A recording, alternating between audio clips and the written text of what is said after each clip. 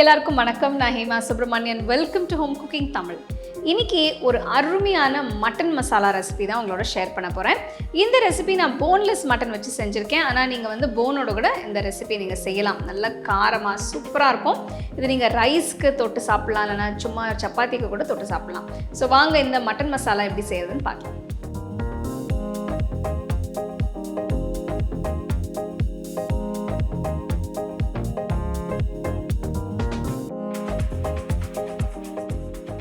இந்த ரெசிபிக்கு நான் 1 கிலோ எலும்பு இல்லாத மட்டன் எடுத்திருக்கேன்.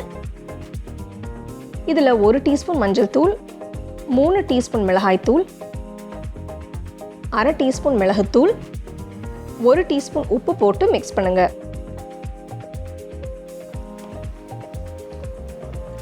ஒவ்வொரு மட்டன் துண்டும் இந்த மசாலா மிக்ஸில் நல்லா கோட் ஆகணும்.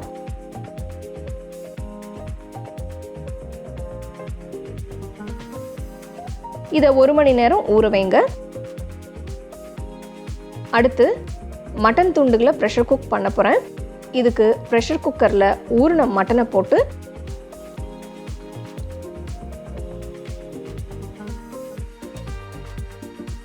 கூட 2 டீஸ்பூன் இஞ்சி பூண்டு விழுதை போட்டு மிக்ஸ் பண்ணுங்க. இந்த ரெசிபிக்கு நீங்கள் எலும்பு இருக்கிற மட்டனும் யூஸ் பண்ணலாம். இதில் 1/2 கப் அளவு தண்ணி ஊற்றுங்க. பார்த்தீங்கன்னா நான் அதிகமாக தண்ணி ஊற்றலை. இந்த மட்டன் வேக ஒரு 1/2 கப் அளவு தண்ணி ஊற்றினா போதும். நான் மட்டனை ஸ்லோ குக் பண்ண போகிறேன். இதுக்கு குக்கரை மூடி லோ ஃப்ளேமில் 3-4 விசில் வர வரைக்கும் வேக வைங்க.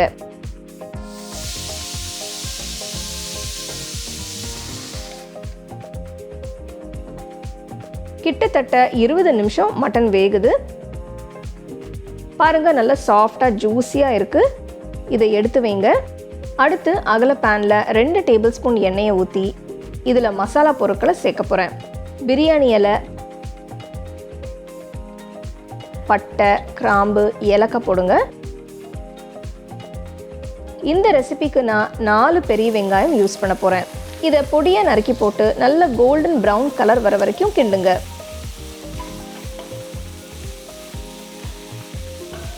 பாருங்க, இந்த அளவு வதக்கணும்.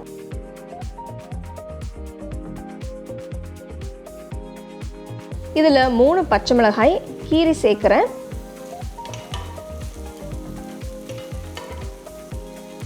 அடுத்து 4 பெரிய தக்காளி நறுக்கி போடுறேன்.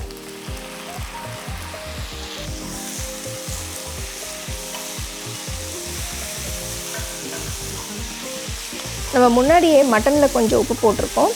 ஸோ இதில் நான் 1/2 டீஸ்பூன் உப்பு போடுறேன்.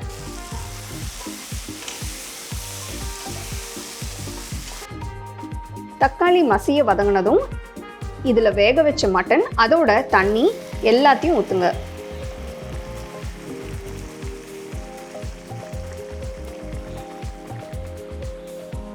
இதில் இருக்கிற எக்ஸஸ் தண்ணி கொஞ்சம் வற்றி மசாலா கொஞ்சம் கெட்டி ஆகிற வரைக்கும் கொதிக்க விடுங்க. இந்த ஸ்டேஜில் உப்பை செக் பண்ணி பார்த்து தேவைப்பட்டால் சேர்த்துக்கலாம்.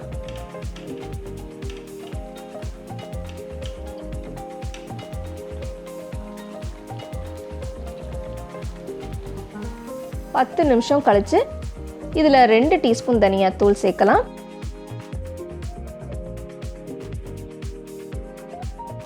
மசாலா திக்காக ஆகிற வரைக்கும் இதை கொதிக்க விடுங்க.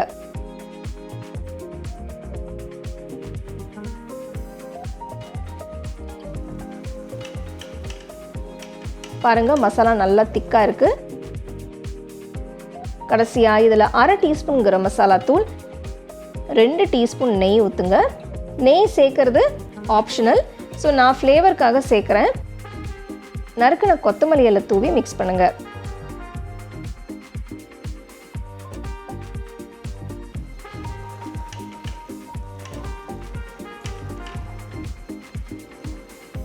இந்த கன்சிஸ்டன்சி சரியாக இருக்கும். அடுப்பை ஆஃப் பண்ணிடுங்க. ஸ்பைசி மட்டன் மசாலா இப்போ ரெடி. இதை நீங்கள் சாதம், சப்பாத்தி கூட சூடாக பரிமாறுங்க.